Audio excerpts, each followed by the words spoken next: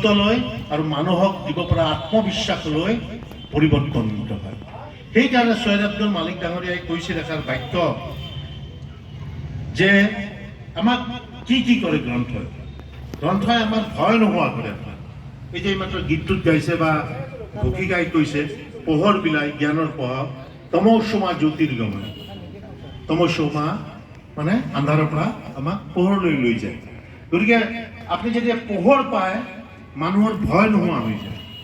আন্ধাৰত মানুহৰ ভিতৰত, মানুহৰ প্ৰত্যেকৰে ভিতৰত এটা মানুহ থাকে আৰু এটা পশু থাকে। আপুনি এই ফাংচনবিলাক চলি থাকিলে চাবচোন, যেতিয়া লাইট গুচি যায়, বহুত মিটিঙত মই গৈছোঁ, তেতিয়া বহুত মানুহে কুকুৰ মেকুৰীৰ দৰে চিঞৰি দিয়ে। সেইটো মানুহৰ দোষ নহয়।